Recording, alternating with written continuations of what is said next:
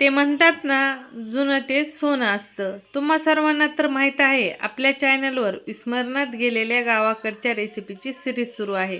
आज मी बनवलेले आहेत डांगराचे धपाटे. नमस्कार मंडळी, मी वर्षा येवले. माझ्या चॅनलवर तुमचं खूप मनापासून स्वागत करते. चला मग उशीर न करता आजच्या रेसिपीला सुरू करूयात. तर इथं मी घेतलेले आहे 1 वाटी डांगर. तर वजनी मापामध्ये म्हणतात तर अर्धा किलो डांगर आहे. डांगराच्या वरची साल काढून घेतलेली आहे. आणि आता आपल्याला सगळ्यात अगोदर मिक्सरच्या भांड्यामध्ये घालून हे डांगर मिक्सरमध्ये फिरून घ्यायचं आहे. एकदम छान बारीकसर असं मिक्सरमध्ये याला फिरून घ्यायचं आहे. तर तुम्ही पाहू शकता कशा पद्धतीने मी इथं डांगर मिक्सरमध्ये फिरून घेतलेलं आहे. तर आता धपाट्यासाठी आपल्याला एक चटणी म्हणजे ठेचा तयार करायचा आहे. त्याच्यासाठी कोथिंबीर, लसूण आणि हिरव्या मिरच्या लागणार. हिरव्या मिरच्या तुम्हाला तिखट किती हवं आहे त्याच्या हिशोबाने घेतल्या तरी चालतील. 10-15 हिरव्या मिरच्या मी इथं घेतलेल्या आहेत. तर इथं हिरव्या मिरच्या, लसूण आणि कोथिंबीर मी मिक्सरच्या भांड्यामध्ये घालून घेतलेली आहे. सोबतच आता आपल्याला इथं जिरे घालून घ्यायचे आहेत. तर इथं मी चिमूट भरून जिरे घालून घेते. आणि जिरे घातल्यानंतर आता याला आपल्याला मिक्सरमध्ये फिरून घ्यायचं आहे. जसा नॉर्मली ठेचा असतो त्या पद्धतीने याला आपल्याला मिक्सरमध्ये फिरून घ्यायचं आहे. तर तुम्ही पाहू शकता मी कशा पद्धतीने मिरचीचं आणि त्याचं मिरचीचा ठेचा मिक्सरमध्ये फिरून घेतलेला आहे. एकदम बारीकसर असा ठेचा फिरून घेतलेला आहे. तर आता धपाटे आपल्याला बनवण्यासाठी एक मोठं ताट घ्यायचं आहे, ज्याच्यामध्ये आपण पीठ छान पद्धतीने मळू शकतो. नॉर्मली आपलं भाकरीचं ताट. तर फिरून घेतलेलं डांगर ताटामध्ये घालून घ्यायचं. सर्व छान मिक्सरच्या भांड्यातून डांगर काढून ताटामध्ये घालून घ्यायचं. नंतर लगेचच आपण जो ठेचा मिक्सरमध्ये फिरून ठेवलेला होता तो ठेचा देखील घालून घ्यायचा. आता इथं हे धपाटे जे आहेत ते धपाटे बनवण्यासाठी आपल्याला 3 पद्धतीचे पिठं पाहिजेत. आणि सोबतच मी इथं मध्यम आकाराचे 2 कांदे बारीकसर कट करून घातलेले आहेत. धपाट्यात कांदा घातल्याशिवाय धपाटे खायची मजा येत नाही.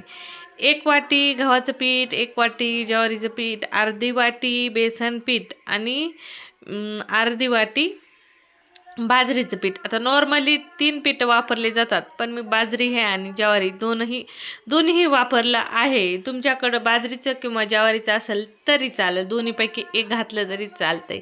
आता 1 चमच्यावरून ओवा हातावर क्रश करून घातला, हळद घातली, 2-3 चमचे तेल घालून घेतलं, चवीनुसार मीठ घालून घेतलं. आता काय करायचंय, जे अगोदर आपलं डांगराचं मॉइश्चर आहे ना त्याच्यामध्येच पीठ भिजून घ्यायचं आहे. एक वेळेस छान मसाल्यासोबत ते पीठ मिक्स करून घ्यायचं आणि नंतर आपल्याला पाणी घालून छान असं याचं पीठ मळून घ्यायचं आहे. आता धपाट्याचं पीठ ना चपातीसारखं घट नसतं, चपातीपेक्षा थोडंसं पातळ असं आपल्याला पीठ करून घ्यायचं आहे. तुम्ही पाहू शकता कशा पद्धतीने मी इथं पीठ केलेलं आहे. एकदम सैल असं पीठ करायचं आहे, कारण आपल्याला याचे धपाटे थापायचे आहेत. तर इथं मी एक कॉटनचा कपडा म्हणजे सुती कपडा छान स्वच्छ धुवून घेतलेला आहे. त्याच्यावर आता आपण पाण्याचा हात लावून घेणार आहोत. नंतर जे आपण पीठ मळून घेतलेलं होतं त्याचा पिठाचा गोळा घ्यायचा आणि छान असं धपाटं थापून घ्यायचं. हाताला पाणी लावायचं आणि पाणी लावून इथं हे धपाटं थापून घ्यायचं. तर मस्त छान असं आपलं धपाटं थापून झालेलं आहे. तर मधल्यामध्ये एक छिद्र करून घ्यायचं, म्हणजे धपाटं भाजायला इझी होतं आणि तेल सर्व बाजूनी पोहोचतं. तर गॅसवर तवा टाकून घेतलेला आहे. तव्याला थोडंसं अगोदर तेल लावून घेतलं आणि तव्याची हलकी वाफ काढून घेतली. म्हणजे जी जास्त वाफ होती ना ती मी थोडा पाण्याचा शिपका देऊन वाफ काढून घेतली, जसं नॉर्मली आपण ढोश्याला करतो त्या पद्धतीने. आता जे आपण धपाटं थापून ठेवलेलं होतं ते धपाटं तव्यावर अलगद टाकून घ्यायचं. ज्यावेळेस पाण्याचा शिपका मारू त्यानंतर थोडंसं परत तव्यावर तेल लावून घ्यायचं. या पद्धतीने तव्याची प्रोसेस केल्यानंतर धपाटे छान भाजतात. तर डायरेक्ट जास्त गरम झालेलं तव्यावर टाकलं तर पटकन तवा त्याला खिचून घेतो, म्हणजे ते धपाटं चिपकलं जातं. त्याच्यासाठी या पद्धतीने अगोदर धपाटा टाकण्याच्या आधी की सर्व प्रोसेस तव्यावर करून घ्यायची.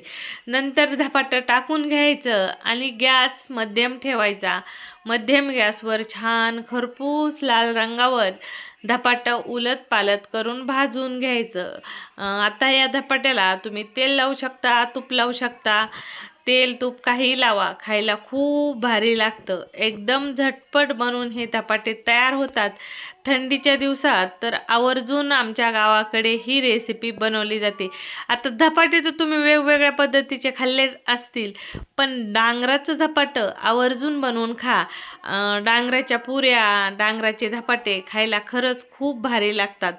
तुम्हीही तुमच्या घरी नक्की ट्राय करा आणि तुम्हाला धपाटं कशासंग खायला आवडतं तेही मला कमेंट म्हणून सांगायला विसरू नका. रेसिपी आवडली तर लाईक करा, शेअर करा आणि चॅनलवर फर्स्ट टाईम असाल तर चॅनलला सबस्क्राईब करूनच जावा.